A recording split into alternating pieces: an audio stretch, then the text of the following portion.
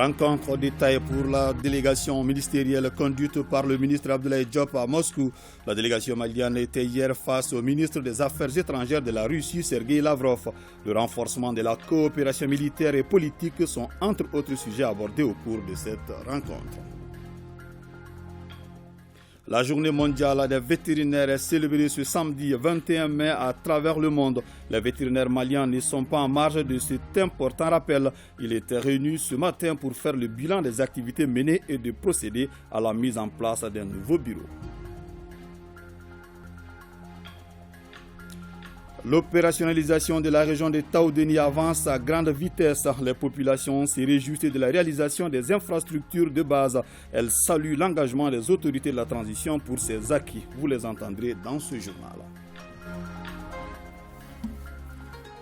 Nous sommes heureux de vous compter parmi nous. Bonsoir à vous, merci et bienvenue dans ce journal. Rencontre entre le Premier ministre et les membres de l'association Guinadogon. Les échanges ont porté sur les préoccupations des populations du centre, notamment la sécurité et les actions humanitaires. Les membres du Guinadogon ont félicité Dr Choguel Kokala Maïga pour les actions et décisions du gouvernement qui honorent le Mali. La délégation a réitéré aussi son soutien aux autorités de la transition. Les détails avec Salimata Ndao. C'est une tradition chez Guinadogon. L'association a toujours rencontré les chefs de gouvernement pour leur présenter l'organisation et échanger sur la situation sécuritaire du pays en général et particulièrement celle du centre. À l'entame de ce premier contact avec l'actuel Premier ministre, Guinadogon s'est dit être animé d'un sentiment de fierté et d'honneur vis-à-vis des actions posées par les autorités de la transition. Vous, votre équipe et le président de la transition. C'est une équipe qui est en train de restaurer l'honneur des Maliens. On ne peut que vous en féliciter. Les premiers mots du Premier ministre ont magnifié la culture malienne, ses valeurs et les hommes qui ont fait ce pays. Selon lui, la dignité retrouvée dont parle Guinadogon puise sa source dans le leadership des nouvelles autorités et aussi dans l'engagement du peuple malien. Récemment d'ailleurs, dans le processus de réhabilitation des grandes figures et des grandes actions à portée historique de notre peuple, le président de la transition a souhaité que le ministère de la Culture, le ministère de la Réconciliation et le ministère de la Refondation recensent l'ensemble des héros qui incarnent la grandeur de notre peuple sur l'ensemble du territoire national. Recense l'ensemble des hauts faits qui peuvent servir de référence aujourd'hui à la nouvelle armée que nous sommes en train de construire, pour que des faits à caractère historique, patriotique, des chansons patriotiques, des poèmes patriotiques soient désormais rédigés et chantés pour que la nouvelle génération puise sa force morale dans l'histoire de notre peuple. Guinadogon loue les efforts de l'État dans divers domaines. Elle dira également qu'il y en a encore à fournir. Malgré la montée en puissance de l'armée, les poches d'insécurité sont très très nombreuses et elles peuvent handicaper, si on veut, la campagne agricole qui a un problème de déficit d'eau au pays de Gabon. En dehors de l'eau, on a besoin de manger. Les gens ont faim, sincèrement. Comme je vous ai dit, depuis combien d'années, les gens n'arrivent pas à planter. Donc, l'aide alimentaire ne peut être que la bienvenue. Et surtout, vraiment, j'insiste, je reviens encore là-dessus, c'est de trouver des moyens pour que les braves populations puissent planter. Nous avons encore une autre inquiétude. C'est que, par exemple, on l'a remarqué, depuis quelques instants, les terroristes assiègent les villages et veulent les obliger à donner leurs enfants pour qu'ils aillent combattre avec eux. Nous voulons savoir qu'en est-il de l'université de Bandiagara. Dans ses réponses, le chef du gouvernement a rassuré ses frères quant à l'engagement des autorités de la transition à œuvrer pour le bien-être des Maliens. Toutes les grandes bases terroristes sont détruites sur notre territoire aujourd'hui. Ce qui fait qu'ils sont dans la nature par petits groupes armés, ils tombent sur des villageois sans défense pour les terroriser, pour les faire déplacer, pour créer la psychose. C'est un nouveau défi auquel l'armée va trouver des solutions. Sur le plan humanitaire, aujourd'hui, presque 85% des forages qui sont prévus dans le cadre des projets sociaux, à partir de la primature, c'est dans la région de Moti.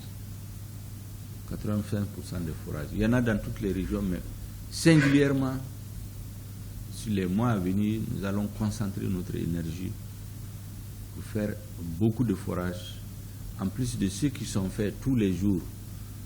On vient de me dire que c'est pour un montant d'environ 1 milliard. Le respect et l'acceptation de l'identité culturelle et religieuse de chaque communauté, c'est la clé de la cohésion sociale et le gouvernement œuvre pour cela, dira Dr Choguel Kokala Maïga.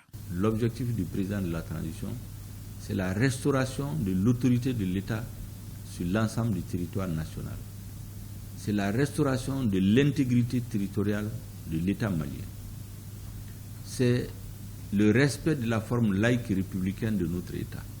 Autrement dit, que chacun exerce librement la religion de son choix. À l'issue de la rencontre, Gina Dogon a partagé l'information sur la participation des peuples autochtones du Canada au prochain festival Ogobanya. À Moscou, la délégation ministérielle a eu une séance de travail avec le ministre des Affaires étrangères de la Russie, Sergei Lavrov. Le renforcement de la coopération militaire et politique sont entre autres sujets abordés au cours de cette rencontre. Le ministre des Affaires étrangères et de la coopération internationale, Blaise Diop, a remercié les autorités russes pour l'appui qu'elles ne cessent d'apporter à notre pays au Conseil de sécurité de l'ONU. Nos envoyés spéciaux, Chaka Konaté et Sidiki Balou. Quand les ministres des Affaires étrangères de la Russie et du Mali se rencontrent, c'est pour parler de leur coopération bilatérale, discuter des voies et moyens de la renforcer, le Mali voulant l'étendre à d'autres domaines et développer les échanges commerciaux avec la Russie. Notre objectif, c'est comment renforcer la coopération économique et commerciale, en la diversifiant, en l'ouvrant à nos entreprises pour qu'on puisse travailler ensemble. Aujourd'hui, pour cette visite en particulier, qui intervient dans un contexte géopolitique spécial, particulier, nous sommes venus pour pouvoir regarder un certain nombre de secteurs où nous pouvons travailler ensemble. Nous voulons travailler dans le domaine des infrastructures et nous voulons faire appel aux entreprises, à la technologie russe pour nous aider à reprendre en main les chemins de fer au Mali. Nous voulons aussi pouvoir trouver les moyens d'assurer un approvisionnement régulier du Mali sur un certain nombre de produits stratégiques, des hydrocarbures, mais aussi des produits de première nécessité. Concrètement, le Mali veut s'approvisionner auprès de la Russie en hydrocarbures, en blé, en intrants agricoles et acquérir des locomotives pour la reprise du trafic ferroviaire. À mon avis, les résultats sont déjà visibles. Nous sommes attachés à promouvoir ces projets au sein de notre ministère à travers notre département approprié, dans cet instant avec le Mali. Toutes ces questions sont étudiées par les agences appropriées. À l'issue de cette visite, nous allons présenter nos propositions. La délégation ministérielle quitte donc Moscou satisfaite des engagements pris par les partenaires russes. Nous partons rassurés. Nous avons eu des échanges très fructueux avec les compagnies concernées et aussi dans le cadre d'un partenariat aussi avec l'État russe. Je crois qu'il y a une bonne disposition à tout mettre en œuvre pour que nous puissions travailler à satisfaire les demandes des populations maliennes. Le ministre Diop a réaffirmé le soutien du Mali à la Russie, estimant que les sanctions ne sont pas la solution aux problèmes du monde, des problèmes qui doivent être résolus par le dialogue Aussi a-t-il salué l'appui constant de la Russie au Mali au sein du Conseil de sécurité de l'ONU. De son côté, le ministre russe a bien apprécié les refus du Mali de participer au vote de l'ONU sur les sanctions contre la Russie après le lancement de l'opération militaire en Ukraine. Sergei Lavrov a enfin accepté l'invitation de son homologue malien d'effectuer une visite au Mali. Justement, à suivre après ce journal l'intégralité de la conférence de presse conjointe des ministres Sergei Lavrov et Abdoulaye Diop. Mais avant, vous pourrez suivre l'émission Malikoura Tassira qui reçoit ce soir Mahmoud Ould Mohamed, ministre de l'Industrie et du Commerce. C'est à 21h15 sur l'ensemble du réseau synchronisé de l'ERTM et sur nos plateformes digitales. Les experts du programme national de l'éducation aux valeurs sont en conclave ici à Bamako. Ils sont réunis pour la deuxième fois pour présenter l'avant-projet du programme national d'éducation aux valeurs. Cela en vue d'améliorer davantage le contenu du document. Anchata Koulibaly. L'éducation aux valeurs reste et demeure une préoccupation des plus hautes autorités. C'est pour y résoudre cette problématique qu'un document de 85 pages du Programme national d'éducation aux valeurs a été élaboré par un comité d'experts sous l'égide du ministère en charge de la refondation. La présente session est une occasion pour présenter l'avant-projet du dit document.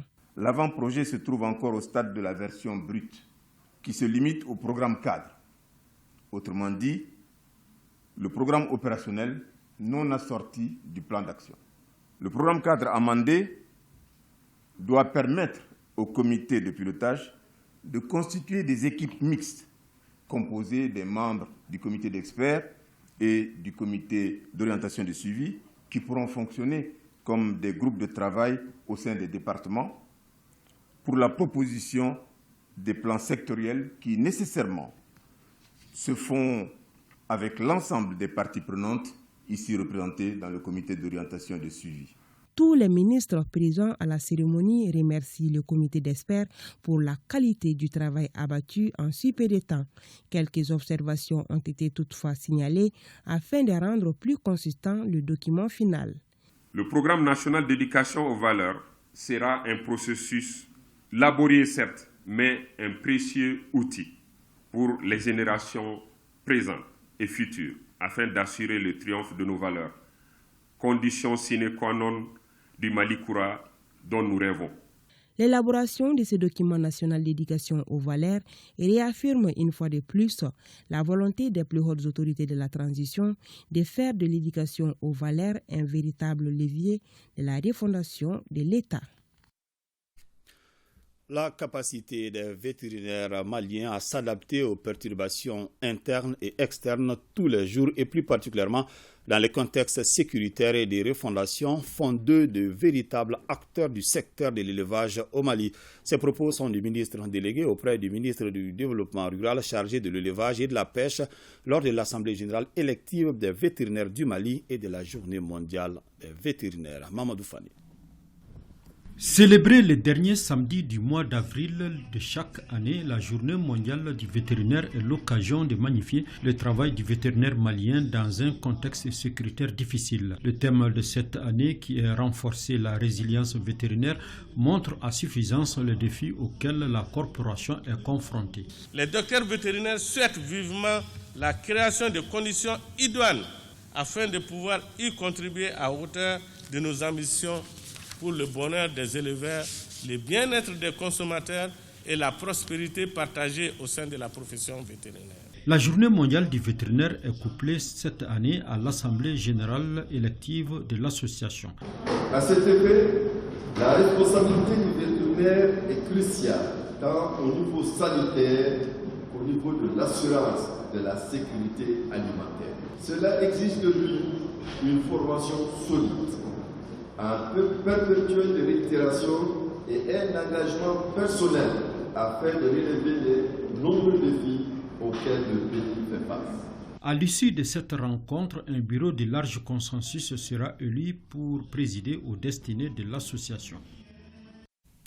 Un mot de culture. L'association Culture Act a officiellement lancé le programme d'émergence artistique et culturelle pour le renforcement de la paix, la cohésion sociale et de l'autonomisation des filles.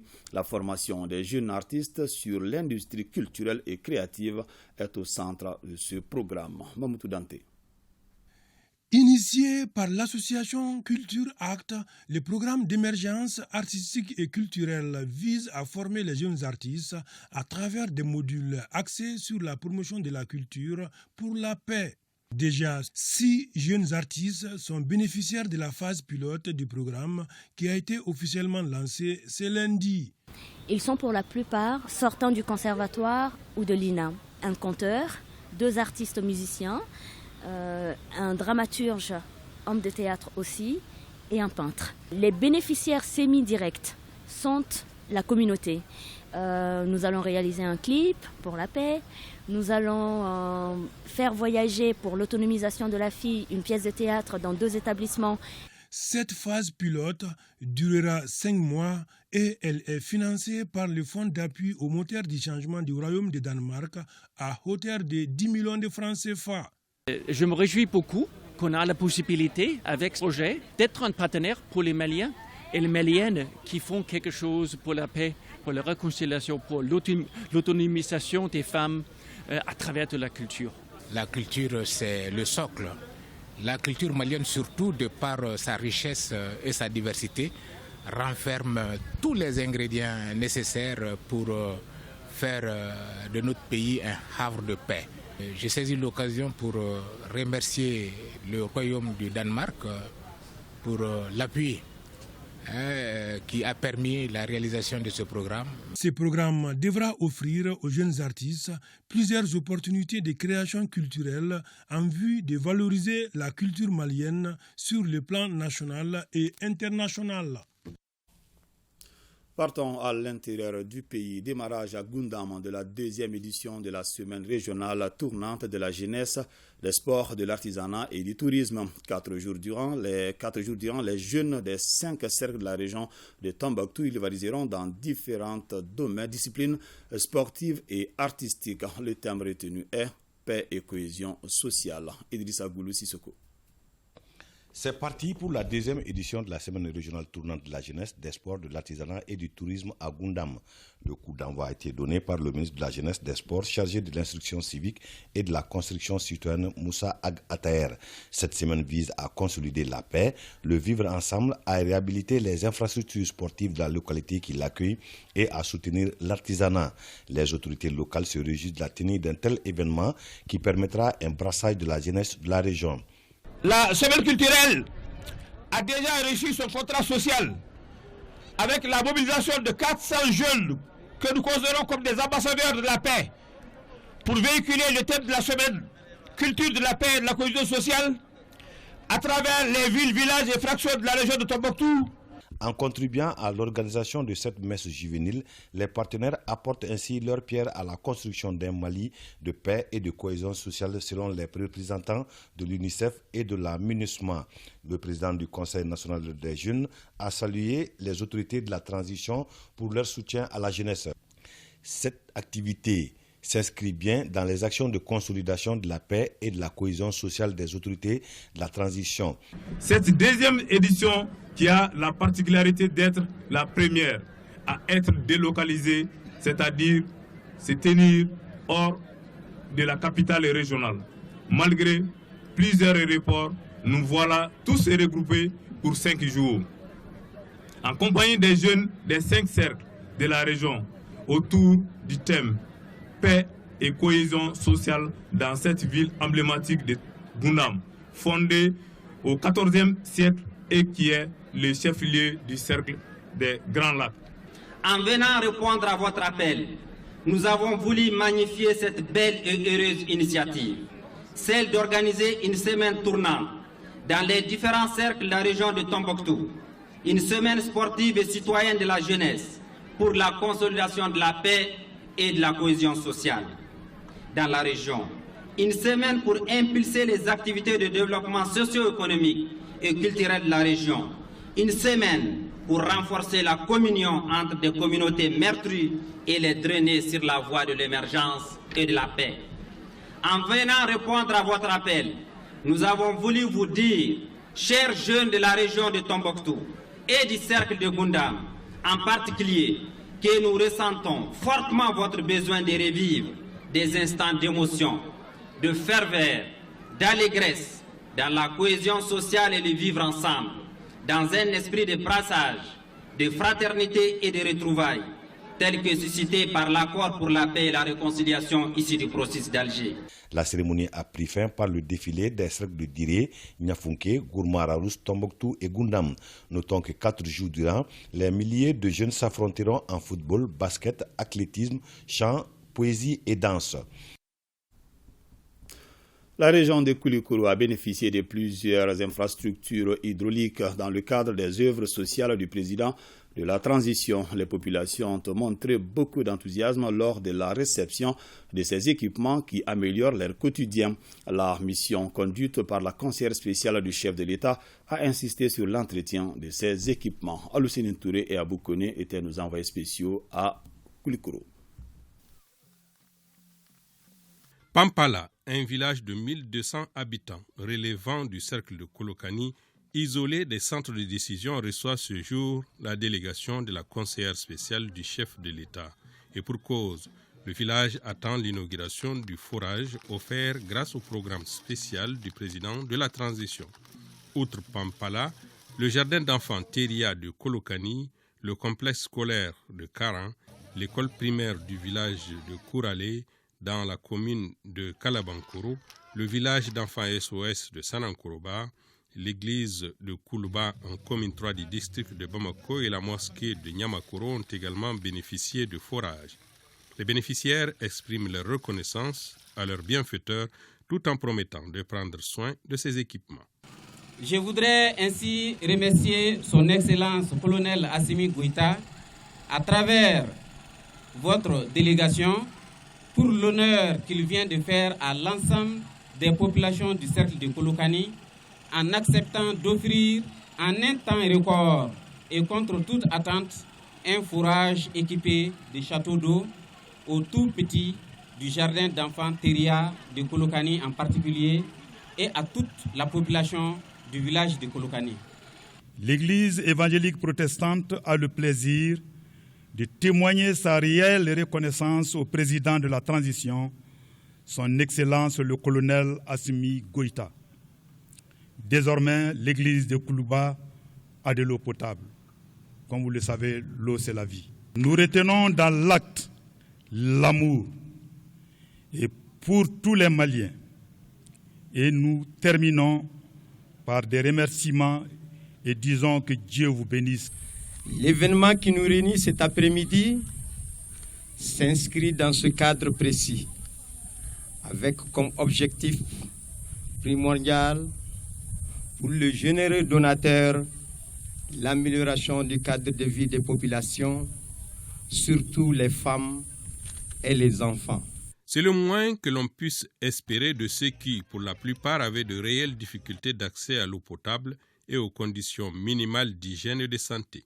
Pas de promesse de la part de la conseillère spéciale du président de la transition, mais les besoins ont été soigneusement notés pour être transmis à qui de droit.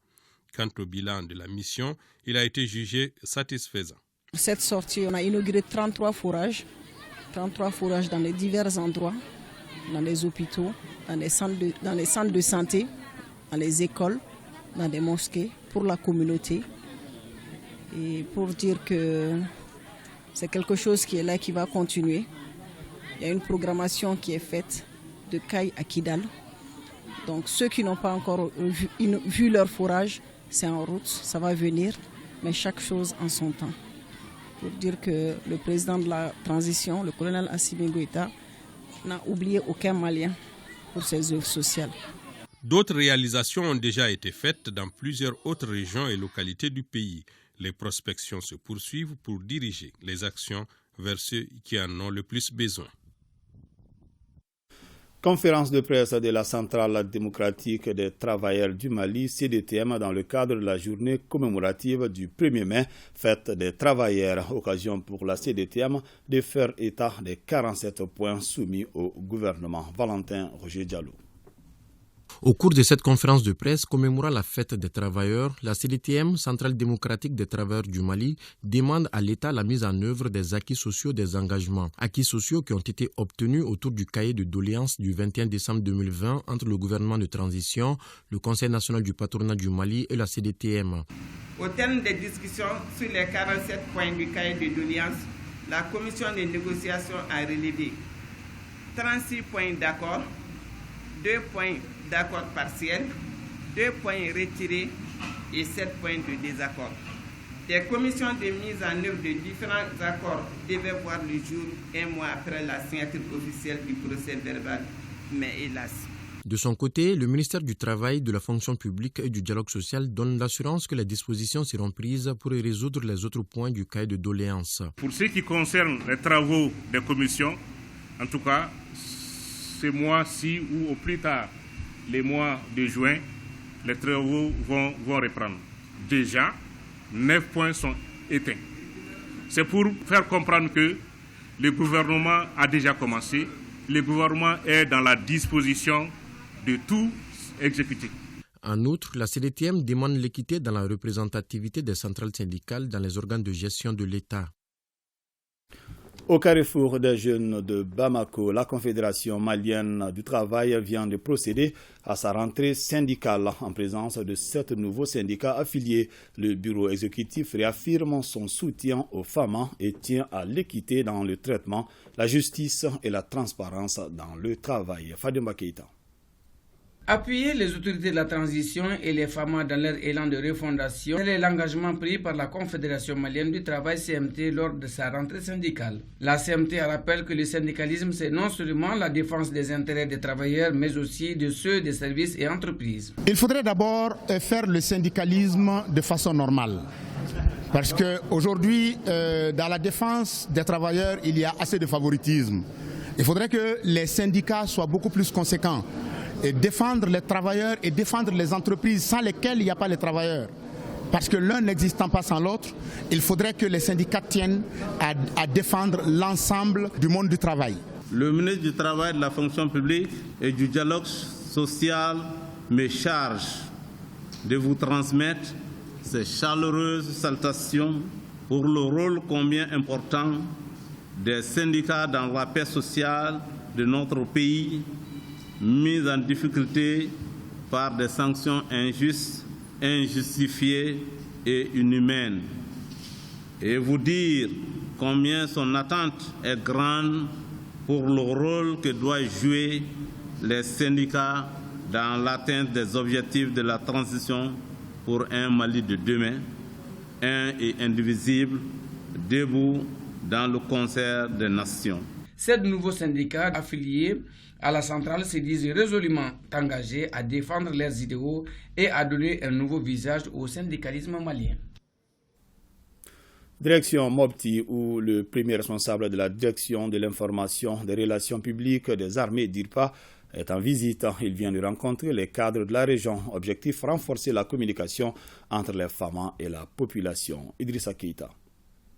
Cette conférence des cadres s'inscrit dans le cadre de la mission d'information et de sensibilisation initiée par la DIRPA, Direction de l'information et des relations publiques des armées, une initiative qui vise à lutter contre les rumeurs, la désinformation, le renforcement des liens entre forces de défense et de sécurité et les populations. Il est important de mettre ces cadres-là au diapason de l'information sur les opérations, de donner la bonne information à ces cadres qui constituent aussi des relais comme les médias. Donc il est bien normal que nous venons vers ces cadres, leur donner la bonne information afin de couper court à la désinformation, à la rumeur, mais aussi à la manipulation. Au cours des échanges, il a été surtout question de la situation sécuritaire, du bilan des opérations menées par les FAMA et la gestion de l'information en cette période de crise. C'est l'occasion pour rétablir la confiance entre nos FAMA et la population. Si nous avons la bonne information à partir de nos FAMA, à travers l'ADIRPA, je pense que c'est une très bonne chose. Nous sommes dans une guerre informationnelle. Si nous restons en marge, c'est les autres qui vont gagner la dite guerre. Venir au plus près des populations sur le terrain, rassembler les cadres, partager la substance de l'information avec elles et les conditionner à être le relais du Bamako par rapport à tout ce qui est lutte active contre la désinformation est une initiative salutaire. À l'agenda de cette mission du directeur de la DIRPA, plusieurs activités dont une journée de sensibilisation des médias locaux sur le traitement de l'information en période de crise. FIDV Futur Sikasso sous-zone vient d'organiser des journées portes ouvertes dans la capitale de l'Or-Blanc.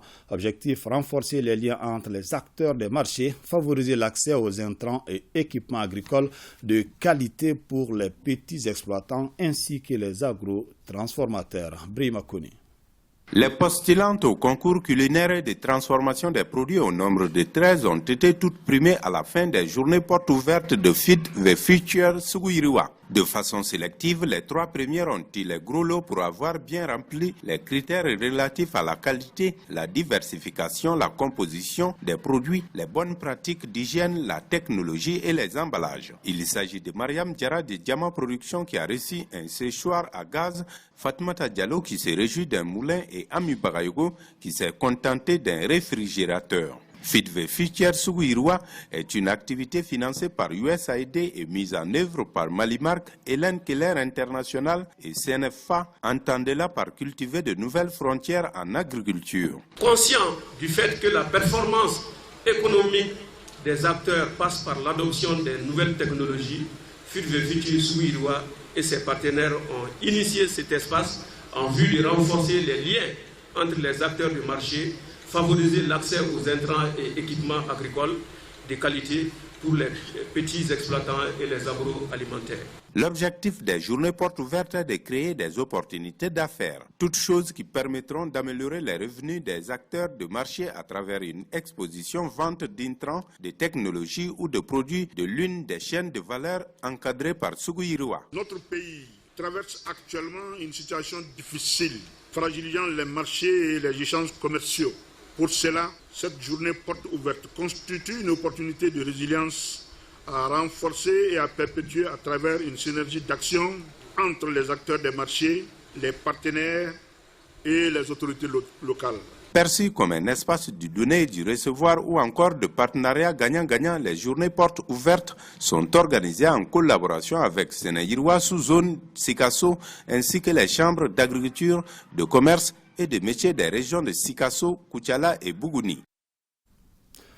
Dans la mouvance de la célébration de la journée de l'Europe, le Musée national a abrité ce week-end une exposition Mali-Europe. Cet espace de promotion du savoir-faire de nos artisans concerne notamment le textile et la transformation agro-industrielle. Aliou Abdoulaye Touré. Ils sont plus d'une dizaine d'artisans maliens financés par les États membres de l'Union européenne à exposer leur savoir-faire à l'occasion de cette journée vitrine de la coopération Mali-Europe. Nous avons des produits d'anacad, cajou, nous avons des noix d'acajou, des jus, des pommes séchées, du sirop, du savon, avec des barres protéines d'anacad, du confiture anacad. Tout notre produit c'est à base d'anacad. Made in Mali. On propose tout ce qui est la lumière de la femme, parce que les bijoux c'est la lumière de la femme. Une femme sans bijoux c'est comme une maison sans lumière. On a tout ce qui fait plaisir à une dame.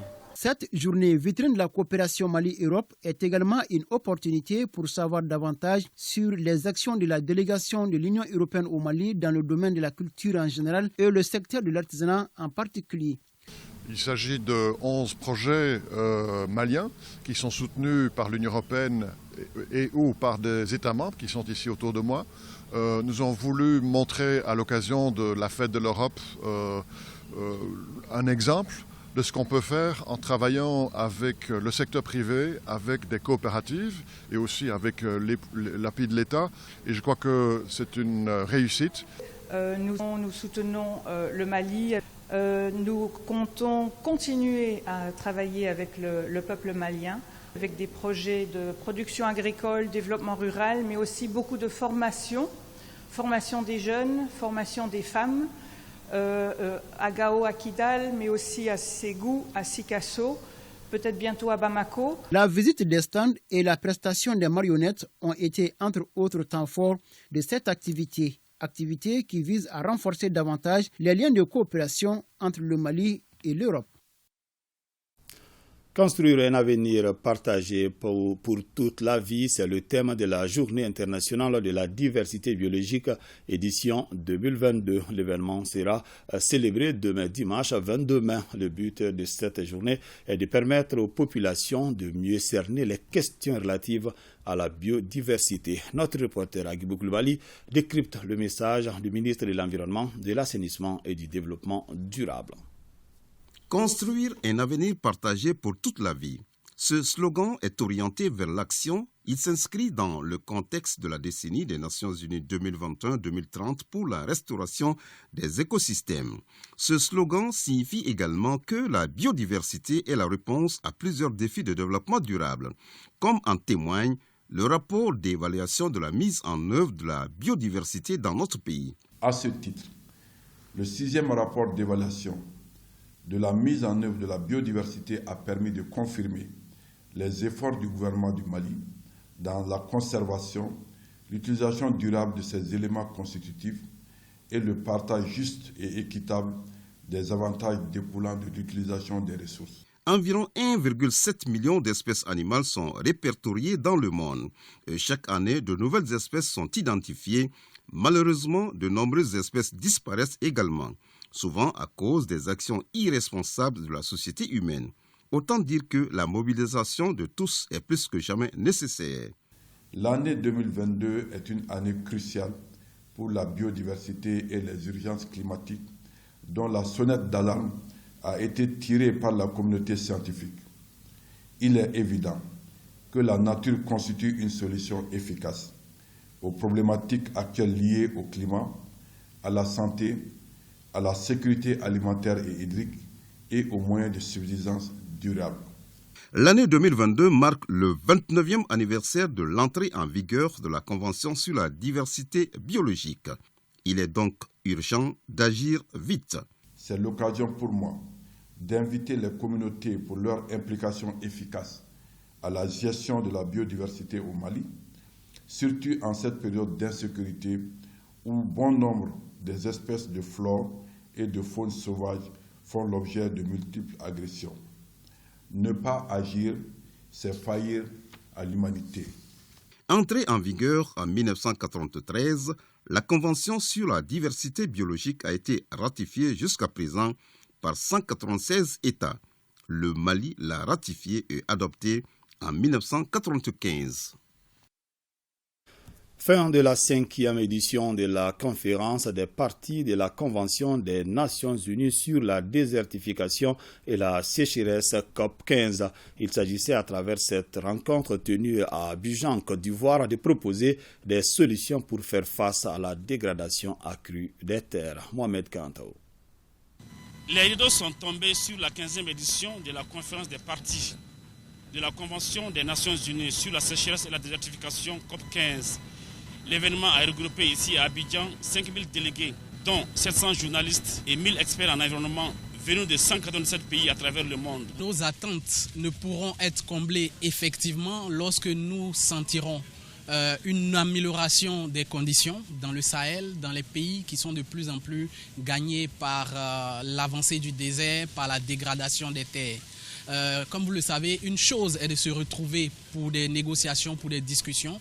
Une autre chose est de sentir l'impact de ces résultats-là sur nos communautés. C'est des expositions donc de toutes les structures, donc de tous les bailleurs de fonds, donc qui montrent, les bailleurs de fonds, ils montrent leurs canaux de financement et les structures de la société civile, ils montrent leurs capacités et tout ce qu'ils font comme action sur les terrains. Donc moi je peux dire que je suis un peu satisfait. Je peux dire que cette COP est promoteuse.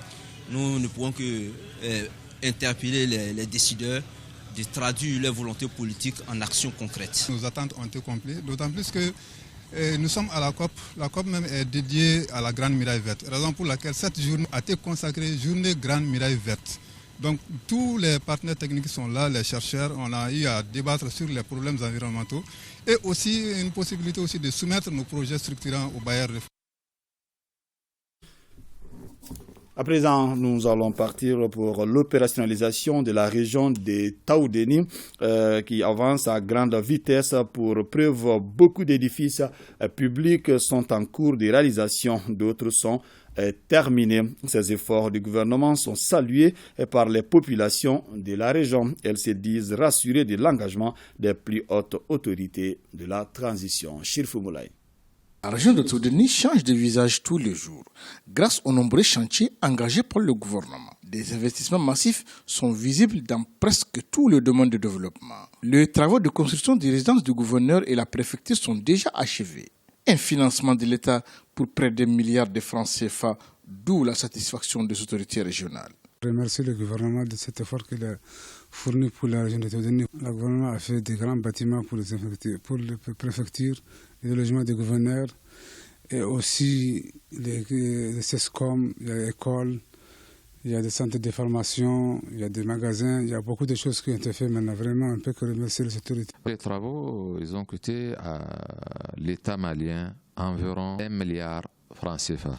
Et tout ça, c'est financé par les budgets nationaux. Nous allons rapidement essayer de occuper l'endroit parce que le président de la République, il tient pour que la région de Taoudéni marche parce que c'est une région, comme vous savez très bien. La construction du centre d'état civil de Taoudéni, le centre commercial d'Arawan qui a coûté 120 millions de francs CFA, le balisage de la route nationale Tombouctou-Taoudéni sont autant de motifs de satisfaction pour les populations de la région. Je suis vraiment très satisfait et très ému de voir aussi les réalisations du collège régional au niveau vraiment de la commune. Ce que je demande tout de suite, pour que les gens soient là, pour que tout fonctionne normalement, nous avons besoin de la protection. Et le mot protection veut dire tout. Donc nous avons pu réaliser 375 km de balises allant de Tombouctou à Arawan, à plus de 100 km d'Arawan. Donc avec une centaine de kilomètres de désensablement, ce qui nous a coûté la bagatelle de 140 000 à peu près. Parce que qui dit route, dit aussi les dépendances. Donc nous avons pu réaliser 15 lampadaires par cercle, les 4 cercles Al-Ourch, Arawan, Foumelba et Ashourat. Donc c'est fait à peu près un total de 60 lampadaires. Donc en termes de balisage, l'entretien 2021, c'est que nous avons réalisé 1860 km de balises sur 2 financements. Plusieurs autres actions sont menées par le partenaire technique et financier de l'État. Des investissements qui sont soutenus surtout par le PRE, le projet de reconstruction et de relance économique, et SOS Sahel, l'aménagement, entre autres. Les réalisations ont été effectuées en norme avec le contenu du contrat signé avec les entreprises que SOS Sahel a recrutées. Le gouvernement a demandé au projet de réaliser un certain nombre d'activités et d'infrastructures. Notamment, il a été réalisé un projet de réhabilitation de la ville de Taoudéni, à transporter l'eau sur 27 km. ACE Conseil concentre ses activités sur le renforcement du capital humain et particulièrement le renforcement des capacités des jeunes et des femmes, avec comme axe central les collectivités territoriales. Parce que nous faisons le pari que le triptyque femmes, jeunes, collectivités territoriales nous semble l'attelage le plus pertinent pour construire le développement et un développement durable et inclusif sur l'ensemble du territoire national. Pour assurer un développement durable, les autorités de la transition sont en train de mettre tout en œuvre pour renforcer la sécurisation de la nouvelle région.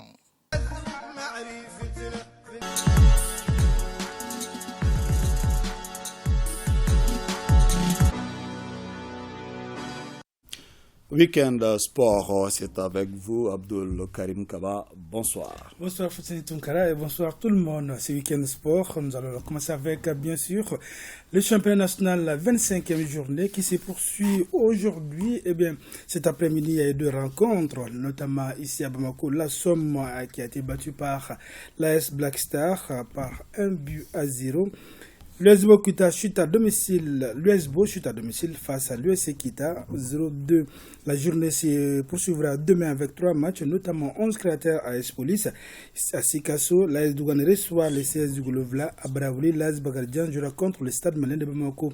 Cette 25e journée prendra fin lundi avec les oppositions du Luba AC Asco et Isfas ASL de Bamako. Chez les dames, cette fois-ci, on parle de la 7e et dernière journée des matchs de poule du championnat de football féminin. Et les 6 rencontres ont été bouclées hier. Et les 2 premiers de chaque poule, notamment dans la poule A, qui sont donc l'AS Mandé de la Commune 4 et l'AS Police, sont qualifiés pour le carré d'âge. Et bien, dans la poule B, sont qualifiés pour le carré d'âge. Les Super Lions Dames de l'Aïe et l'USFAS seront descendus dans la seconde division. Dans la poule A, AS Ramaya de Kati et FC Sabali de Kita. Dans la poule B, Tigresse de Bougouni, FC Tamba de Ségou. Du basketball, à présent, nous parlons de la 5e journée du championnat national de la discipline.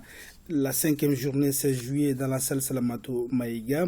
En homme, le stade malien de Bamako a battu l'Atra Club de Kidal 50-48. AS Commune 6, ASL de Bamako 64-77. AS Police, AS Mandé. Eh bien, les Mandékas l'emportent 63-59. Chez les dames, l'AS Police a battu l'USFAS 71-47. Le stade malien de Bamako gagne devant l'Atra Club de Kidal 68-40. Et Calaban Sport Club gagne 59-51 devant l'ASL de Bamako. Pour terminer cette page des sports, nous allons parler volleyball maintenant, cette fois-ci dans la région de Gao, dans la cité des Escas. C'est parti depuis hier, vendredi, pour le tournoi de beach volley, dénommé tournoi Askia de beach volley. Il est organisé par la Fédération malienne de la discipline qui est le volleyball, en collaboration avec la Ligue de Gao. Le tournoi des Escas de beach volley à Gao regroupe les équipeurs de Bamako, Koulikoro, Niamey et Gao. Les demi-finales se jouent en ce moment et la grande finale se jouera demain à Gao. En marge de ce tournoi des Eskia à Gao, il y aura donc une formation des arbitres. Les équipeurs de Bamako, Koulikoro, Niamey et Gao disputent donc ce tournoi de beach volley dénommé tournoi des Eskia. Abdul Karim Gawa, merci. Merci bien. Point Covid du jour, les services de santé ont enregistré 6 nouveaux cas positifs sur 799 tests réalisés, 12 patients guéris et 0 décès. À ce jour, 83 patients sont sous traitement. Ainsi prend fin cette édition. Merci de l'avoir suivi. Que le bon Dieu nous assiste.